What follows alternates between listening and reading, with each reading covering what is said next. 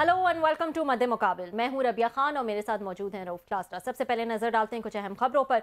हुकूमत और पीटीआई में महाजराई उरूज पर पहुंच गई। अडयाला जेल में बानी से बहनों की मुलाकात ना हो सकी। वाटर कैनन का इस्तेमाल -1 करने पर बैरिस्टर गौहर ने बड़ी धमकी दे दी। हुकूमत का बानी पीटीआई को अडयाला से मुंतकिल करने की खबरें।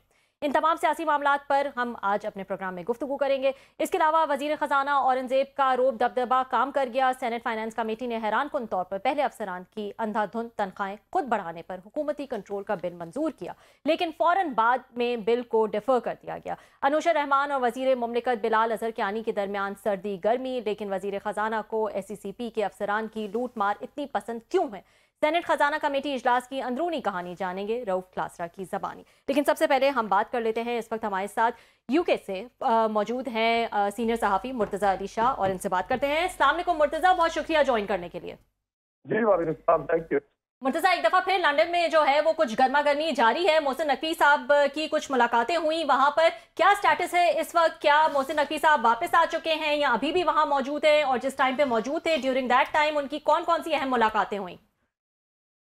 मोहसिन नकवी साहब पाकिस्तान को कल वापस चले गए थे और वो जब यहाँ पर आए थे तो उनकी यहाँ पर मीटिंग हुई है, जो यूके का फॉरेन ऑफिस है वहाँ पे हुई है, और जो यहाँ पे जो फॉरेन अफेयर्स देखते हैं अमेज फॉक्नर उनके साथ, और एक जो सिक्योरिटी से रिलेटेड एलेक्स मोरिस है उनके साथ उनकी मीटिंग हुई। जो अगर आप हायरार्की में देखें तो ये जूनियर लेवल मिनिस्टर बनते हैं, तो इनके साथ उनकी मीटिंग हुई। होम ऑफिस में जो होम सेक्रेटरी शबाना महमूद के साथ कोशिश की गई थी मीटिंग की, लेकिन उनके पास टाइम अवेलेबल नहीं था।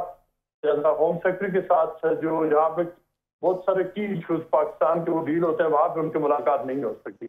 जी, तो मुर्तज़ा बताइएगा कि क्या अपडेट है आपके पास इन मुलाकातों के हवाले से? क्या कोई डेवलपमेंट हुई है? हम जानते हैं कि बार बार यहाँ पे ऐसी बातें आ रही थी कि कुछ लोग हैं जिनको वापस लाना चाहते हैं, अगर वो मुल्क मुखालिफ कोई उनका कंटेंट है या ऐसी कोई चीज़ें वीलॉग्स हैं तो उनको जो है वो वापस लाया जाए। इस हवाले से जो है वो रिक्वेस्ट की जाए वहां पर जाके, लेकिन वहां की अपनी भी कुछ पॉलिसीज हैं। तो आपके पास इस हवाले से क्या खबरें हैं? देखिए, ये तो इसका जो प्रियम्बल है ना वो तो पहले ही सेट हो गया था जब मोहसिन नकवी साहब ने स्टेटमेंट दी और उन्होंने खुद कहा कि वो जो ब्रिटिश हाई कमिश्नर से मिले हैं और डोसियर दिया है शहजाद अकबर और आदिल राजा के ऊपर, और उससे उन्होंने कैटेगोरिकल टर्म्स में यही रिक्वेस्ट की थी कि उन्हें पाकिस्तान के जो मतलब जो सब तुमने कहा था कि हम बरतानिया से रिक्वेस्ट करेंगे कि उन्हें पाकिस्तान के हवाले करें। ये जो मीटिंग हुई है वही डोसियर जिसको इस्लामाबाद में हाई कमिश्नर को दिया गया, उसकी एक कॉपी यहाँ पर जो उस दिन मोहसिन नकवी और जो पाकिस्तान हाई कमीशन का डिप्लोमेट है उन्होंने जो फॉरेन ऑफिस के लोग हैं उनको भी दी। लेकिन इसमें बहुत ही एक लेंथी प्रोसेस है। जो एक उम्मीद दिलाई गई या मीडिया में हाइप हुई, इस तरह का तासुर कायम हुआ कि शायद ये ओवरनाइट 2 बंदूक को उठा के पाकिस्तान के हवाले कर दिया जाएगा। ये बात न सिर्फ के होनी मुश्किल है बल्कि मैं आपको आज बता रहा हूँ कि ये ऑलमोस्ट नामुमकिन है। अच्छा। और उसकी वजह जी और उसकी वजह ये है कि मतलब किसी के जो एक्सट्राडाइट होना ये बहुत लेंथी प्रोसेस है, बहुत लेंथी प्रोसेस है। इसमें जो अगर लोग समझते हैं कि बरतानवी हुकूमत इसमें कोई फैसला कर सकती है, वो उनको ये बड़ा क्रिटिकल डिसीजन है, और जो थ्रेश होल्ड है कि किस बुनियाद पर किसी को रिमूव किया जाए वो बहुत हाई है। और फ्रैंकली स्पीकिंग जो मेरा एक्सपीरियंस है लीगल मैटर्स में और एक्सट्रेडिशन की केसेस में डील करने में, उससे तो मुझे तो बड़ा क्लियर लग रहा है कि ये होना एटलीस्ट आज की डेट में तो इम्पॉसिबल लग रहा है। और अगर मैं आपको थोड़ा सा रिवर्स में बताऊं जी तो आप इस तरह से देखें कि यही एफर्ट पाकिस्तान तहरीक इंसाफ और शहजाद अकबर पूरी तरह लगा चुके थे हसन नवाज, हुसैन नवाज, इसहाक डार, नासिर भट्ट, नवाज शरीफ इनको लाने के लिए। और यही आपको याद होगा अगर आप थोड़ा पीछे जाके खतूत दिए जाते थे, मीडिया स्टेटमेंट्स आती थी, हाइट बिल्ड होती थी, फैसल वाडा बोलते थे, शहजाद अकबर बोलते थे, बाकी फवाद चौधरी, और एंड में यूके ने किसी को एक्स्ट्राडाइट नहीं किया। तो ये वाली जो कहानी है इसकी भी जो फेट है ना is going to be very similar to what happened to PTI की जो रिक्वेस्ट थी उनको। तो हाइट की हद तक ठीक है, लेकिन ये बहुत मुश्किल नजर आ रहा है मुर्तज़ा अभी तक। जी आपने जो अभी बातें बताई, लास्ट टाइम भी आपसे बात हुई थी, आपने यही बात एक्सप्लेन की थी और हम इस पे एग्री किए थे कि यूके जो ऐसे मुल्कों को लोग जो हैं उनको एक्स्ट्राडाइट नहीं करता जहाँ पे टार्चर हो, डेथ पेनल्टीज हो, इस तरह की चीज़ें हों, वो उनका अपना एक सेट उनका सिस्टम है। लेकिन ये खबरें आ रही थी लंदन से, कुछ चैनल्स हमारे यहाँ चला भी रहे थे, आपके पास कोई कंफर्म कोई क्रेडिबल होगी कि शायद पाकिस्तान ने कोई बारगेन कोई डील उनको ऑफर की है, जो ग्रूमिंग गैंग्स हैं और उनके लोगों उनको जो सज़ा दी गई है उनको डिपोर्ट करेंगे तो पाकिस्तान उनको भी एक्सेप्ट करेगा। माजी में शायद हम नहीं करते थे, तो आपको लगता है कि इस तरह की ऑफर की गई है कि मोहसिन नकवी साहब की तरफ से कि जनाब कि ठीक है आप हमें अपने हमारे जो बंदे हैं वो दे दें और आपके उसके अगेंस्ट फेवर के हम जो वहाँ से आप डिपोर्ट और लोग करना चाहते हैं जिनको पाकिस्तान नहीं लेना चाहता हम उनको एक्सेप्ट करेंगे? इस तरह की कोई ऑफर हुई है वहाँ पे या ये जस्ट खबर ही है ऐसे? देखिए इस तरह की बात बिल्कुल हुई है।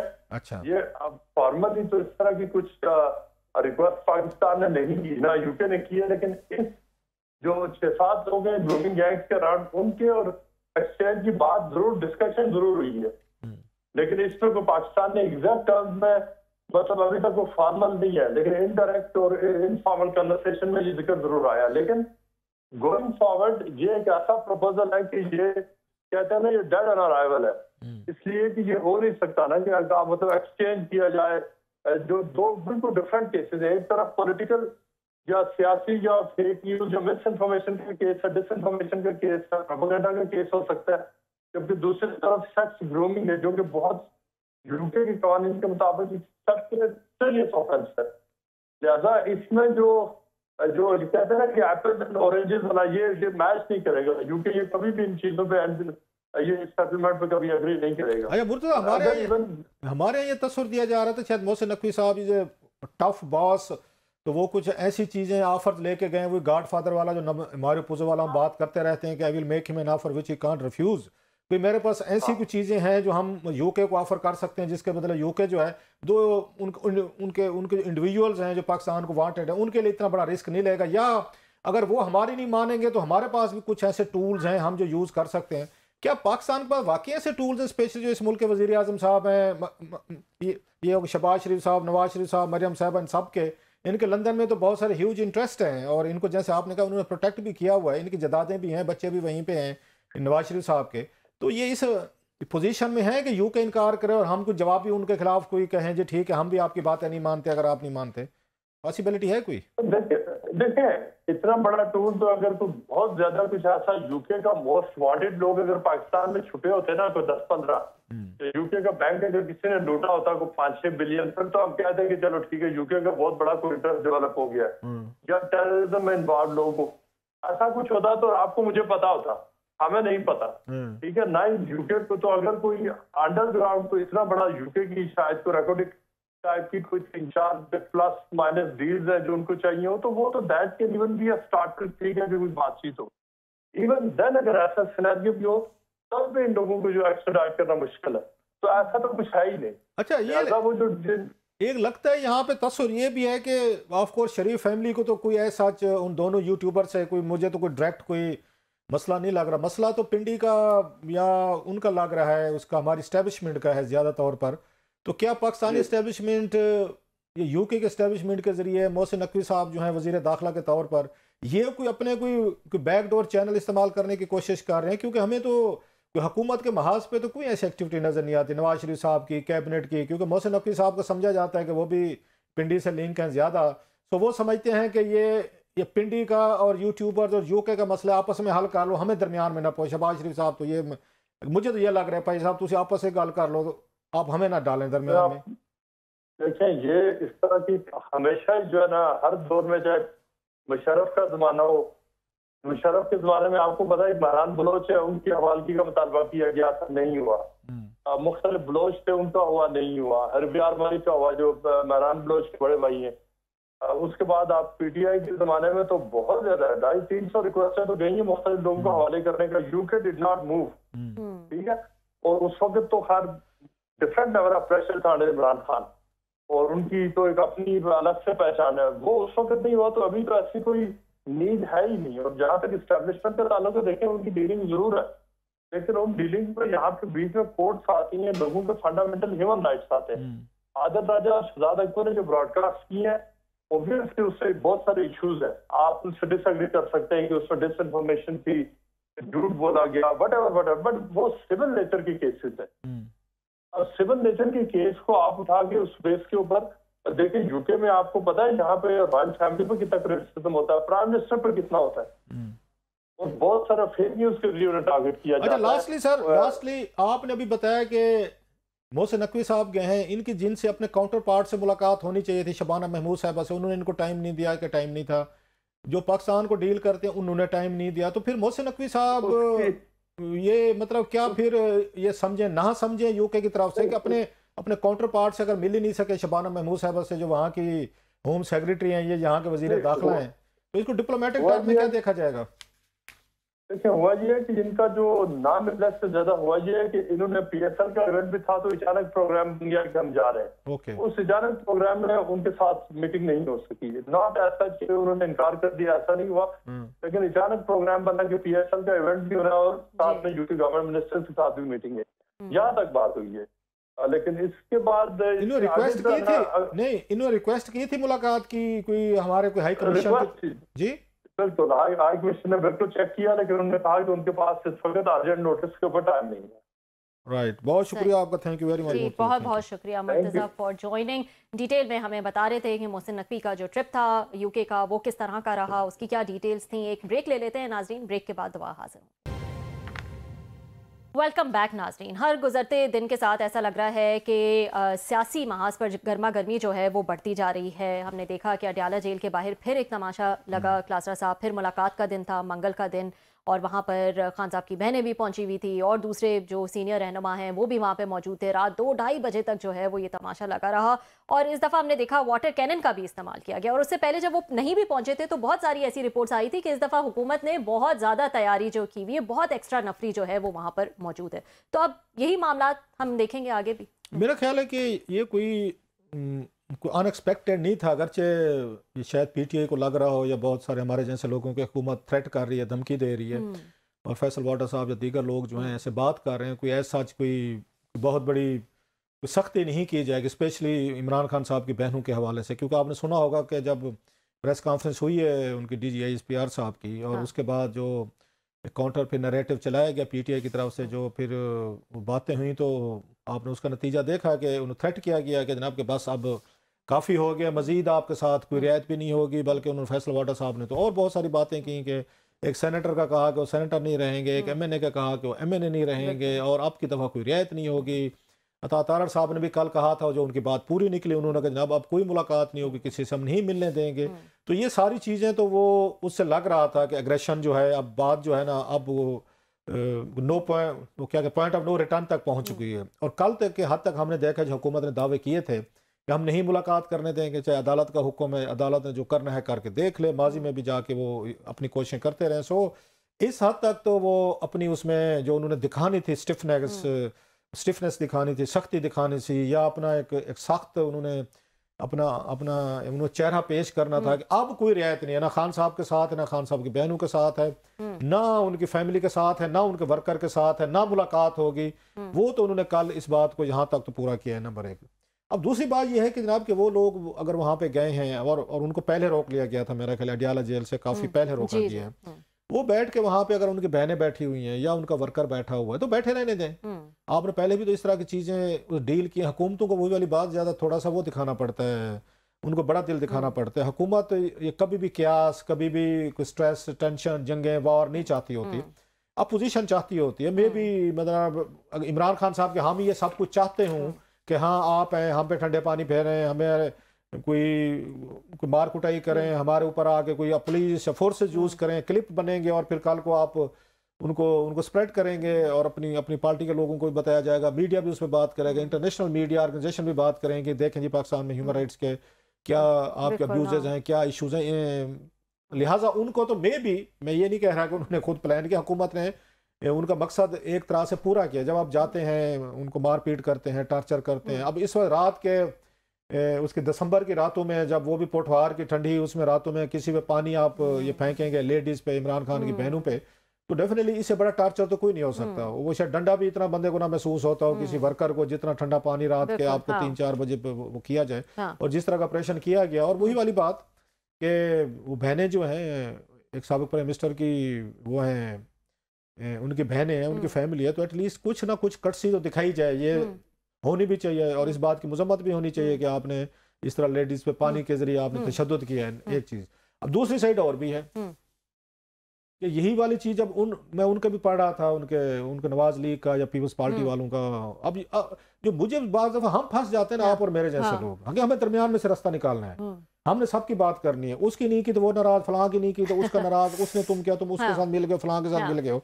ये लोग एक दूसरे के साथ रियायत नहीं करते, थोड़े से ये कुछ इनको भी समझने की जरूरत है, हमारे क्राउड को, जो ये फैन क्लब है, पीपल्स पार्टी का हो, नवाज लीग का हो या इमरान खान साहब को, ये एक दूसरे के साथ रियायत करते हैं। आप और मैं, हम तीनों की मुजम्मतें करते हैं for whatever reason, different reason. Khan sahab के दौर के और थे, इनके दौर के और है।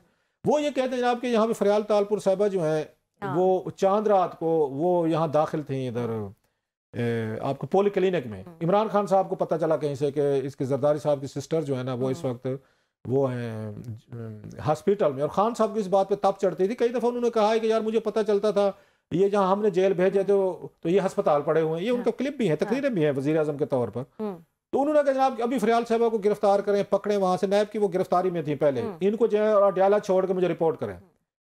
उसी वक्त, आज भी क्लिप पड़े होंगे, उसी वक्त जनाब वो नैब की पुलिस गई, उन्होंने पकड़ा, उनको बेड से उठाया, हॉस्पिटल के बेड से उठा के और जाके उनको छोड़ा जेल में। अब एक चीज तो ये है, ये खान साहब के दौर में हो रहा था।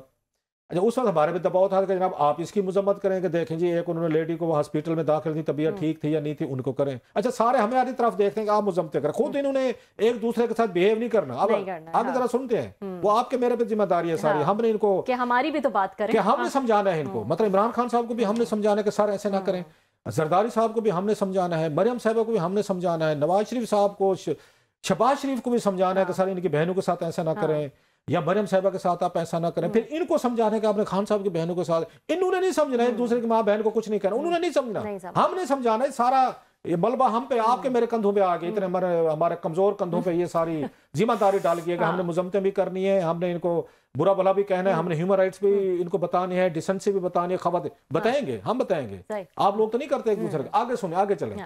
वो कहते हैं मरियम नवाज साहबा, उनके साथ क्या हुआ जनाब कि वो अपने वालिद साहब के सामने उनको गिरफ्तार किया, हथकड़ी पहनाई की, गिरफ्तारी की गई, बाप के सामने बेटी पकड़ी गई, तो उस वक्त खान साहब का दौर था। अच्छा, वो भी आगे गुजर गए। आगे नवाज शरीफ साहब का क्या दुख है, वो कहते हैं जनाब कि मैं जेल में था तो मेरी बेगम साहबा जो है कलसूम नवाज शरीफ साहबा वो उस पे थी, वो डेथ बेड पे थी, तो मैं रात को मैंने रिक्वेस्ट की कि मुझे एक छोटी सी वीडियो कॉल या व्हाटएवर मेरी उनसे बेगम साहबा से बात करने दें, वो भी डिनाई की गई। वो और ये खान साहब का दौर था। आगे सुने, ये मैं कल परसों किसका वो मैं उसका सुन रहा था कि उन पे ख्वाजा आसिफ साहब इमरान खान को वो सबसे ज्यादा अगर गुस्सा है ना किसी को नवाज लीग में, इमरान खान साहब को, वो ख्वाजा आसिफ पे सबसे ज्यादा है। अच्छा, बहुत ज्यादा। मैं वजह भी बताता हूँ, मुझे याद दिलेगा, पूछेगा। उन्होंने कहा जनाब के ये ख्वाजा आसिफ साहब जब गिरफ्तार किए गए और इनकी गिरफ्तारी में जनरल बाजवा साहब जो है वो रुकावट थे, और इमरान खान साहब हर कीमत पे ख्वाजा आसिफ साहब को जेल में देखना चाहते थे। बाकी सारे पकड़े जा चुके थे, Khawaja Asif was the last of the one, ये आखिरी पकड़े जाने वाले थे नैब की गिरफ्तारी हुई।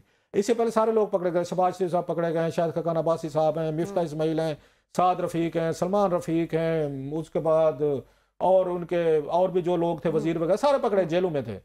नवाज शरीफ साहब भी गए, मरियम साहबा, हमजा साहब, शहबाज शरीफ साहब, पूरी पार्टी ऑलमोस्ट जेल में, जरदारी साहब, फरियाल ताल, वो सबको आखिरी बचा एक बंदा बचा हुआ था, वो था ख्वाजा आसिफ। तो खान साहब ने शर्त रख दी कि इनको वो करें, इनको जेल में जाना चाहिए। वो रजिस्ट कर रहे थे आर्मी चीफ जो है जनरल बाजवा साहब, इन्होंने बकायदा अपनी ये कैबिनेट से अप्रूवल ली थी ख्वाजा आसिफ पे आर्टिकल 6 के तहत कार्रवाई करो, क्योंकि ये एडवाइजर लगे हुए थे दुबई में किसी कंपनी के, और इनको 18-16 लाख रुपए वहां से मिल रहा था। तो ये पत्नी कौन से राज जो थे इन पर, ये क्योंकि आपके वो भी रहे थे दरमियान में, मेरे ख्याल वजीर खारजा भी रहे, फिर वाटर एंड पावर के वगैरह इस तरह भी थे, तो वो उन्होंने अप्रूवल करवाई थी। ये ख्वाजा आसिफ वह थे जिनकी कैबिनेट से इमरान खान साहब ने अप्रूवल ली थी कि आर्टिकल 6 लगाए। अच्छा, जनाब अली, ये गद्दारी का इन पे वो मुकदमा होना चाहिए। खान साहब को 3 लफ्ज बड़े पसंद हैं, मीर जाफिर, मीर सादिक और गद्दार। वो चाहे अपोनेंट पे लगा दें, चाहे अपनी पार्टी पे लगा दें, ये लफ्ज 3 उनको आते हैं।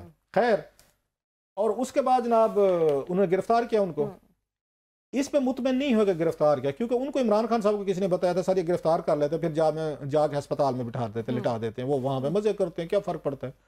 खान साहब ने बकौल उनके इनके ऊपर वहां पे हवालात में कैमरा लगवाया। अच्छा, कि मुझे सीसीटीवी कैमरे के जरिए मेरे तक आनी चाहिए कि ख्वाजा आसिफ साहब को कोई बिस्तर तो नहीं दिया गया, ख्वाजा साहब के पास चादर तो नहीं है, कोई नीचे कोई तकिया तो नहीं है, कोई नीचे कोई ये उनकी उसमें, और इसकी डिनाइल भी कोई नहीं आई। तो इमरान खान साहब अपने मुखालफिन को इस तरीके से हैंडल करते रहे। उस वक्त हमारे पे दबाव होता है कि मुजम्मतें करें, बिल्कुल हमने की जनाब। अब दबाव है कि मेरी बहनों के जैसा सलूक हुआ, मजम्मत करें, बिल्कुल जी हम मजम्मत करते और हैं। फिर वापस जब अगर पलटेगा तो फिर हाँ। जो है मामला जो है वो दूसरी तरफ खड़े होंगे ये एक दूसरे के साथ ये सलूक करके वो खुश हैं, तो अवाम को क्या मसला है, मुझे समझ नहीं आ रही। भाई खान साहब अगर उनकी मऊ बहनों के साथ या उनके साथ करते हैं सलूक, वो वापस आते हैं इनकी मऊ बहनों के साथ करते हैं, तो आप लोग मतलब वो क्या कहते हैं बेगानी शादी वाला हिसाब है। मतलब अगर वो लोग नहीं इस बात को डिस्टेंस, मेरे थोड़े से उसको सरकाज़म को समझने की कोशिश करें, what I am trying to say that, कि उन्हें कोई मसला नहीं है एक दूसरे की बहनों के साथ, बेटियों के साथ, बीवी के साथ सलूक करने का। वो कर्सी नहीं दिखाते, ह्यूमनिज्म नहीं दिखाते, वो एक दूसरे के साथ केयर नहीं दिखाते। आज भी मैं देख रहा था, मतलब नरेंद्र मोदी साहब जो हैं, आज भी सोनिया गांधी को उन्होंने आज बर्थडे विशेष की हुई है। आज के दिन उनकी बर्थडे, अमेरिका सजिटेरियस स्टार है उनका, शायद आज की हुई है उनको। हालांकि नरेंद्र मोदी साहब, ये कल आपने उनको प्रियंका गांधी साहबा की, अगर आपने परसों तकरीर सुनी हो, कल राहुल गांधी की सुने, जो उन्हें लोकसभा कैसे क्या खूबसूरत तकरीरें हुई है वहां पे, वो सुनी है आपने, जो उन पे इल्जामात लगते हैं, जो सब कुछ आते हैं। आज उनके प्राइम मिनिस्टर ने सोनिया गांधी साहबा को विश किया हुआ है। और हमारे यहाँ क्या होता है, एक दूसरे को क्या लकब दिए जाते हैं, क्या कुछ नहीं होता यहाँ पे। तो डिसेंसी तो है नहीं हमारे अंदर, ना हमारे अंदर कोई इस तरह की चीजें हैं। अब आपने वो पूछना होगा मुझसे कि ख्वाजा आसिफ साहब, अल्लाह आपका भला करे, ख्वाजा आसिफ साहब पे उनको दो गुस्से हैं, वो बड़े शदीद हैं। एक तो ये है कि उन्होंने ही इमरान खान साहब पे इल्ज़ाम लगाया था कि ये जो शौकत खाना के मिलियंस ऑफ डॉलर फंड्स थे, तो खान साहब ने पाकिस्तान लाने की बजाय वहाँ पे किसी जगह पता नहीं कोई बेटिंग की या कहीं पे इन्वेस्टमेंट की, सट्टा लगाया, वट जो भी का डूब गए पैसे। अब खान साहब के लिए बम चल था कि उनके शौकत खाना के हवाले से उनके कंडक्ट करेक्टर पे कोई ऐसा सवाल उठे कि लोग के जो बहर के पाकिस्तानी उनके जहन में शकूक आ जाए कि खान साहब पैसा तो पाकिस्तान लेके जाते नहीं है जो हम इनको देते हैं, ये तो बहर अपनी इन्वेस्टमेंट करते हैं, वट जो भी करते हैं। सो वो उनके लिए बहुत बड़ा था कि इसका मतलब उनकी जो पोलिटिकल बेस है और उनका पोलिटिकल वोट बैंक है, ये तो खराब होगा। तो उसकी माफी नहीं थी, जिसपे केस भी किया हुआ था, इन्होंने को आपस में चल रहे थे, और ख्वाजा साहब कहते हैं पेशी पे नहीं आते। एक चीज ये थी। दूसरा उनको ये था कि उमर डार साहब जो है वो बड़े खान साहब के बड़े करीबी थे, वो सियालकोट के जो उस पे थे, वो ये समझते इलेक्शन जीत गए थे, और इनको जनरल बाजवा साहब ने वो बाद में जिसकी बात भी हुई थी, फोन कॉल की थी, इन्होंने जितवा दिया था। सो वो गुस्सा भी था। लेकिन उमर डार से ज्यादा गुस्सा जो उनको था वो इस पे था, जो उन्होंने कहा था कि खान साहब पैसे पाकिस्तान में लाने की बजाय बाहर इन्वेस्टमेंट किए, शौकत खानम और पैसा वो डूब गया है। और तीसरा ये भी था, जब ये वापस गए थे धरने के बाद 2014 के बाद पार्लियामेंट में गए, तो ख्वाजा साहब का बड़ा मशहूर जमाना वो नहीं था, फिक्रा था ना, कोई शर्म होती, कोई हया होती, कोई ग्रेस होता। ख्वाजा साहब जब वो लीथर रोस्ट करते हैं ना, कि पहले पीपल्स पार्टी को रोस्ट करते थे ये जरदारी साहब या उनके बेनजीर भुट्टो साहब हुकूमतों के, उनसे ज्यादा फायर ब्रांड मैंने नहीं देखा ख्वाजा साहब से ज्यादा लीथल। ये तो थोड़े से वो हो गए, मेलोडाउन कहें या विद एजेंट कहें, कि अब हनीफ अब्बासी साहब भी उनको रोस्ट कर देते हैं, वो एक अलहदा चीज है, वो जो भी उनके मसले होती थी। Khwaja Sahab was someone like, मैंने उनको 2002 से पार्लियामेंट में देख रहा हूँ कि जिनके साथ मैस अप नहीं होना चाहिए, मेरा ये ख्याल है। वो कहते हैं you don't mess up with Khawaja sahab, तो उनके साथ नहीं होना चाहिए था। तो ख्वाजा साहब पे इमरान खान साहब को ये गुस्से थे, और भी दो चार चीजें होंगी, लेकिन having said all this, last word, कौम किसी के दर्द में ना रहे, ये एक दूसरे की माऊ बहनों को अजियत दे के खुश हैं, गिरफ्तार करके खुश हैं, हॉस्पिटल के बेड से रात को उठा के जेल ट्रांसफर करने पे खुश हैं, मुतमिन हैं। तो भाई आपको क्या मसला है? हमारी कोई मजम्मत से कोई काम चल जाता है तो जनाब हमने पहले भी की थी, अब भी कर देते हैं। जबकि हम हर दफा मजम्मत करते हैं, किसी की भी पॉलिटिकल विक्टिमाइजेशन हो, इतनी ही औकात है हमारी। हम कोई जज जूरी हैंगमैन नहीं है कि हमने फैसले भी देने हैं, हमने फिर वो सजाएं भी देनी है, बंदे भी पकड़िए, काम हमारा। कल को यही लोग ऑपोजिशन में होंगे, इनके साथ ये हो रहा होगा, तब भी हम मजम्मत कर रहे होंगे। आज भी हम मजम्मत कर रहे हैं, पहले भी जो है वो मजम्मत की है। नाज़रीन एक ब्रेक ले लेते हैं, ब्रेक के बाद एक और अहम टॉपिक है खजाना सेनेट फाइनेंस कमेटी के हवाले से, और क्लासर साहब वहाँ पर मौजूद थे, उसमें क्या हैरान कुन इंकशाफात हुए हैं उस हवाले से बात करेंगे after this short break. Welcome back नाज़रीन, बात कर लेते हैं सेनेट की फाइनेंस कमेटी के हवाले से, और क्लासर साहब जो है वहाँ पर मौजूद थे। वहाँ पर क्या हुआ, SECP के दिफा में वजीर ख़जाना जो हैं वो खुलकर सामने आ गए। SECP मेंबरान की तनख्वाह और मराद के हवाले से जो है वो बात हुई थी कि इसमें जो इजाफा है वो हुकूमत की मंजूरी से जो है वो मशरूत करने पर वहाँ पर शदीद मुखालफत देखी गई वजारत ख़जाना के हवाले से। ये क्या माजरा है? और भी दूसरे ऐसे इदारे हैं जिनकी तनख्वाहों पे जो है वो बात हुई है, जिनकी मराद पर जो है वो बात हुई है, और ये इशू हम ऑन एंड ऑफ जो है वो उठाते रहते हैं, आपके सामने रखते रहते हैं कि इनकी तनख्वाहें और इनके जो बोर्ड मेंबर्स हैं और इनकी जो मराद हैं वो कौन किसको जो है वो डिसाइड करनी चाहिए, और क्या इसको हुकूमत की मंजूरी से जो है वो मशरूत होना चाहिए कि नहीं। क्लासर साहब आप वहाँ पे मौजूद थे, प्लीज डिटेल्स बताइए। जी, आज फाइनेंस कमेटी का इजलास था, सेनेट की फाइनेंस कमेटी, ये सलीम मांडवीवाला साहब इसको चेयर करते हैं। मतलब 2-3 वो कमेटीज जो हैं जिनमें जाना रिलीजियसली ज़रूरी होता है। फाइनेंस कमेटी है और फिर इसके साथ इंटीरियर की कमेटी, वैसे बाकी भी हैं, मतलब अहम है, मैं तो हर एक में जाने की कोशिश करता रहता हूँ, लेकिन ये दो हैं जिसको सारे जर्नलिस्टों की कोशिश होती है इसको मिस ना किया जाए कि एक फाइनेंशियल इम्पैक्ट आ रहे होते हैं, दूसरे आपके लॉ एंड ऑर्डर या जो भी होता है। आज वो जो एजेंडे पे था वो बड़ी इंपॉर्टेंट चीज़ें थी। एक तो ये अनुषा रहमान साहबा एक ना बिल उन्होंने वहाँ पे इंट्रोड्यूस करवाया, पार्लियामेंट में लेकर आए, अब उस पर आज बहस होनी थी, मंजूरी होनी थी, जिसके लिए अनुषा रहमान साहबा भी थी, फिर उसके बाद तलहा महमूद साहब भी हैं सेनेटर, अभी वो इलेक्ट होके हैं, और भी साथ में उनके 2-3 और सेनेटर्स भी थे। तो वहाँ पे इससे पहले कि मैं आऊँ, अनुषा रहमान साहबा का बड़ा अहम एक बिल था जिस पे डिबेट हुई है और फाइनेंस मिनिस्ट्री के उनके अफसरान की हुई है, फिर वहाँ बिलाल अजहर कियानी साहब थे जो मिनिस्टर ऑफ उसके फाइनेंस है, उस वज़ीर मुमला कहते हैं ना, मत से मैं पहले भी कहा है कि हर दफ़ा कोई ना कोई पार्लियामेंट में ना 2-3 बड़े इंटेलिजेंट लोग आ जाते होते हैं, and Bilal Azhar Kiyani is one of them. उनकी बड़ी कमांड और ग्रिप जो है ना इतने यंग मैन की, उनका फाइनेंस का बैकग्राउंड भी है, पहले भी शायद फाइनेंस मिनिस्ट्री में काम करते रहे, but he has very strong, और उनका टेम्परामेंट, उनकी चीज़ें बड़ी अच्छी हैं। बल्कि इवन आज जब उनकी गुफ्तगू हो रही थी, थोड़ी सी टफ गुफ्तगू हुई है अनुषा रहमान साहबा की और इनकी बिलाल कियानी साहब के या फाइनेंस मिनिस्ट्री के अफसरान की, तो उस वक्त भी उन्होंने अनुषा ने उनकी तारीफ की है, और जो ठीक की है, मेरिट पे की है, आई मस है कि कितने काबिल और कितने ज़हीन वो हैं, बंदे हैं सारी चीज़ों के। इस पे आने की बजाय कि क्लैश कहाँ पे हुआ, क्या गुफ्तगू हुई, हार्ट कोई थोड़ी मोड़ी उसमें सर्दी गर्मी हुई, इंकशाफात में कुछ और आपको बताना चाह रहा हूँ आने से पहले। एजेंडे पे ये मतलब बिल क्या था, बिल ये था कि आपको याद होगा हमने स्टोरी की थी, SCCP के जो इनका बोर्ड है, 4 कमिश्नर और एक चेयरमैन, इन्होंने बैठ के अपनी तनख्वाहें जो हैं इन्होंने खुद बढ़ाई, बोर्ड से अप्रूवल ली, और इसके बाद इन्होंने 17 महीने बैक से, मतलब है ये नहीं है कि आज के बाद हम लेंगे, नो, इन्होंने 70 मंथ्स बैक से, बैक डेट से इन्होंने कुछ 40 करोड़ रुपया लिया और बांटा आपस में इन 4-5 लोगों ने। ये स्टोरी आगे ऑडिट हुआ जिस पे हमने बड़ी स्टोरीज की, रोला पड़ गया, उसको लेकर आए इसी फाइनेंस कमेटी में, अनुषा साहब भी ले हैं और भी ले हैं कि ये हो क्या रहा है। वहां पे उन्होंने फाइनेंस वालों ने ये पोजीशन ली थी कि जनाब ये 3 ऐसे यहाँ पे रेगुलेटरी बॉडीज हैं जिनके पास ये पावर्स हैं, उन्हें हुकूमत कैबिनेट के अप्रूवल की जरूरत नहीं है, चेयरमैन बोर्ड जो चाहें वो लिख लें, मतलब ब्लैंक चेक नहीं होता, इनको ब्लैंक चेक दिया गया हुकूमत की तरफ से। अच्छा, यहाँ पे 19 रेगुलेटरी बॉडीज हैं, 3 के पास ये पावर्स है, 16 जो है वो बेचारे गरीब गुरबा हैं, उनके पास पावर्स नहीं है। 3 कौन सी हैं? एक सिक्योरिटी एक्सचेंज कमीशन पाकिस्तान है, दूसरा स्टेट बैंक है, और तीसरा मेरा ख्याल है कोई कंपटीशन वाले हैं, अगर मैं गलत नहीं कह रहा, यानी तीसरे का मुझे नहीं पता, टू बी फेयर मेरे जहन से उतर रहा है। ये 2 तो कंफर्म है, ये सारे ये 2 हैं। अब उन्होंने यहाँ पे कहा कि ये बात हमें समझाएं कि ये 3 इदारे ऐसे कौन से अहम हैं जिनके सरबराहन को आपने इजाजत दी है। स्टेट बैंक के गवर्नर भी जब चाहे जितनी तनख्वाह, मराद, गाड़ियां, पैसा, छुट्टियां मुट्टियां वो ले ले, कोई मना नहीं है, ऐसे SCCP का है।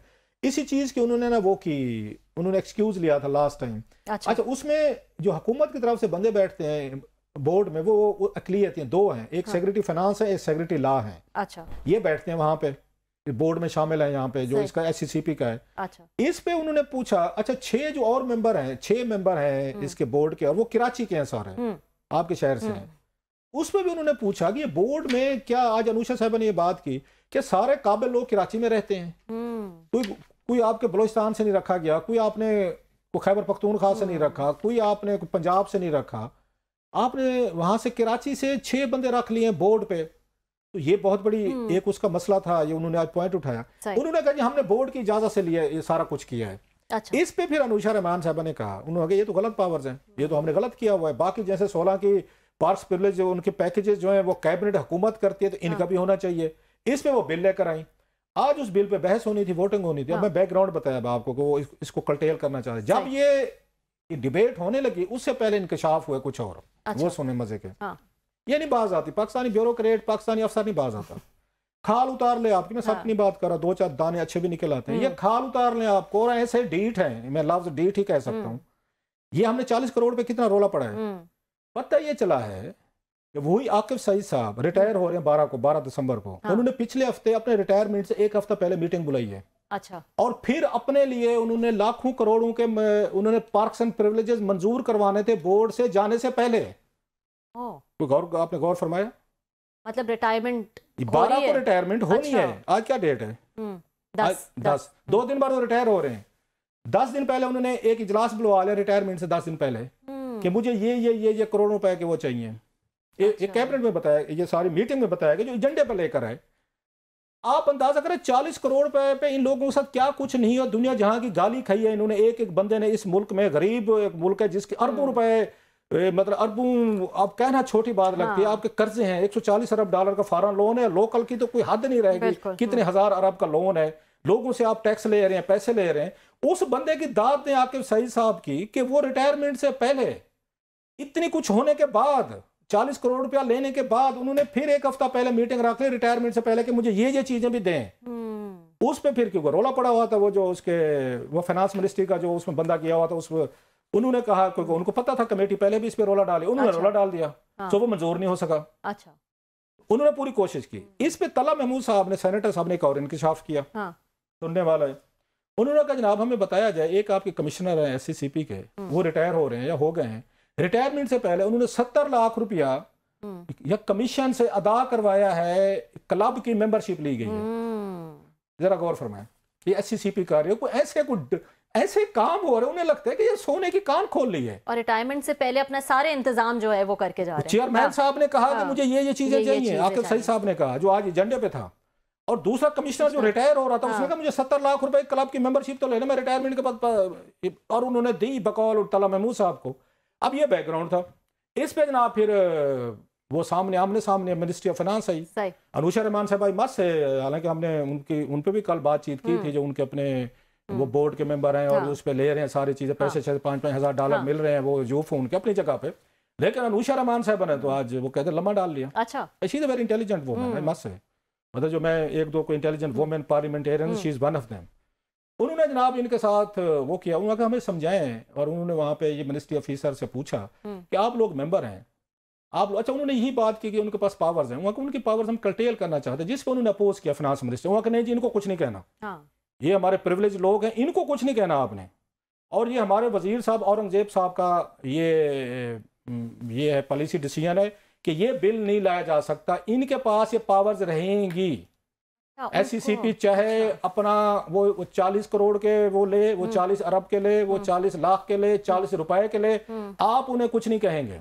ये उन्होंने फाइनेंस मिनिस्ट्री के अफसरान ने बताया कि ये आप नहीं कर सकते, जिस पे उन्होंने कहा जनाब हम तो बिल लेकर आ रहे हैं, हम तो कोशिश करेंगे वोटिंग कराओ, वोटिंग कराई जनाब, बिल पास हो गया। अच्छा, उससे क्लियर हो गया आपकी फाइनेंस कमेटी के इजलास से। उस पे फिर उसके बाद उन्होंने कहा, बिलाल अजहर कियानी साहब ने, उन्होंने जनाब ऐसे करते हैं बैठ के इसको थोड़ा डिस्कशन कर लेते हैं, क्योंकि आप भी हुकूमत के सेनेटर हैं, हम भी हुकूमत का हिस्सा हैं, कल को कोई आपस में कोई मसाइल ना हो, पार्लियामेंट में जाए, फिर हुकूमत इस बिल को अपोज करे, पास ना हो सके तो एम्बेरसमेंट होगी कि हुकूमती सेनेटर बिल लेकर आए, या उसने कमेटी ने पास किया तो हुकूमत ने अपोज करके इसको कर दे। सो उनका ये कहना था कि इसको डेफर कर दें, या अनुषा रहमान साहब और हम बैठ के वो करते हैं, इस पर बातचीत करते हैं, और इसको कोई हमको मुश्तरका इसका कोई हल निकालते हैं। ये खैर उसको एक हफ्ते के लिए बिल पास हुआ फिर वापस हुआ है, डेफर हुआ एक हफ्ते के लिए, और ये यूनिक चीज थी, पहले बड़ा कम होता है, बिल पास हो जाए तो फिर नहीं होता। अब वो चाहते हैं, सेनेटर चाहते हैं कि एक दो ये मेंबरान जो है वो भी रखे जाएं इसमें, इस बोर्ड में।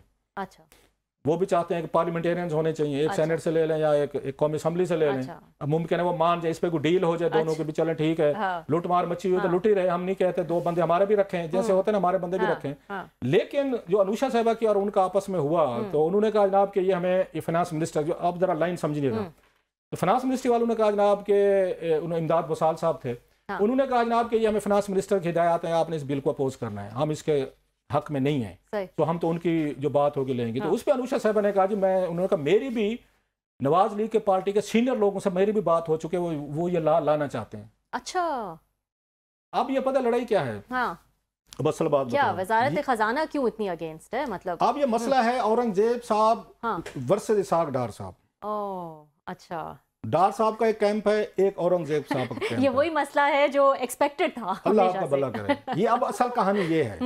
लेकिन मैं ये समझता हूँ इसाक डार साहब वाला camp is on the right side.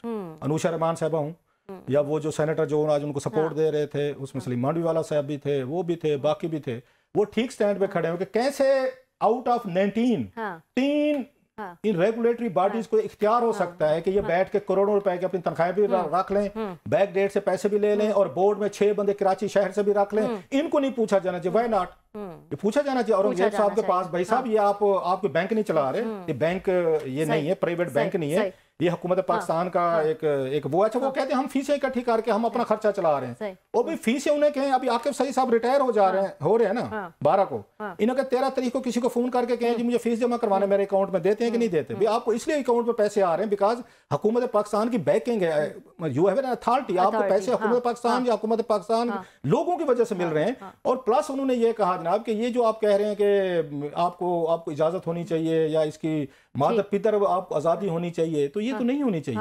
अच्छा क्विकली मैं आपसे पूछना चाहूंगी इससे पहले कि हमारा टाइम खत्म हो जाए, उनका ये भी आर्ग्यूमेंट है कि इससे इंडिपेंडेंस जो है वो खत्म हो जाती है, जैसे स्टेट बैंक अगर है तो वो क्या फिर अगर हुकूमती मंजूरी से उनकी तनख्वाहें डिसाइड होंगी तो वो फिर क्या ये बात आज बात हुई, क्वेश्चन हुआ और इस पे अनुषा साहब ने बड़ा अच्छा जवाब दिया। अनुषा ने यह कहा कि ये SCCP का क्या काम है, ये सिर्फ बैठ के कंपनी रजिस्टर करते हैं ना, इसमें ऑटोनॉमी कहाँ से आ गई है, इसका फाइनेंशियल ऑटोनॉमी से क्या ताल्लुक है, ये काम क्या करते हैं, ये करते हैं ना, ये बैठ के उसको रेगुलेट करने के लिए करते हैं, इसका ऑटोनॉमी से क्या ताल्लुक। दूसरी बात उन्होंने की जनाब, मतलब एक बंदे को आप ये चेक रख दें कि आज के बाद आप अपनी तनख्वाह पे 20 करोड़ रख लें, आप आज के बाद अपनी तनख्वाहों को पिछले 17 महीने से वो कर लें, उनको एप्लीकेबल कर लें। आज के बाद आज मैं रिटायर हो रहा हूं तो मुझे एक हफ्ता पहले करोड़ों रुपए दे दें, मैं अभी रिटायर हो रहा हूं कमिश्नर तो 70 लाख रुपए मेरा क्लब की मेंबरशिप दे दें, ये आजादी चाहिए। नहीं, ब्लैंक अथॉरिटी नहीं होनी चाहिए। That's what she said, that's what वो सेड कि इस मुल्क में गरीब हैं, 2.5 करोड़ बच्चा स्कूल से बाहर है, उनके लिए पैसे नहीं है, स्कूल नहीं है, कुछ चीजें नहीं है, ये 4-5 आपके लोग बैठे हुए हैं, करोड़ों रुपए ले गए हैं, 40-40 करोड़। वैसे दाद आकिफ सईद को दें, रिटायरमेंट से पहले उस शेर के बच्चे ने कहा जाते जाते ये मुझे भागते चोर की लंगोटी से ये करोड़ रुपए देते जाएं। यार ये कौन लोग हैं, ये कहाँ से हैं जिनकी 2 दिन में रिटायरमेंट है। हाँ, लेकिन जो है इंटरेस्टिंग बात इस पूरी बात पे तो मैंने जो पकड़ ली है वो ये कि ये इसाक डार और औरंगजेब साहब की जो है वो उनके दरमियान मेरा वोट जो है ना वो इसाक डार साहब वाले। चले जी, आज के लिए इतना ही नाज़रीन, कल आपसे फिर मुलाकात होगी।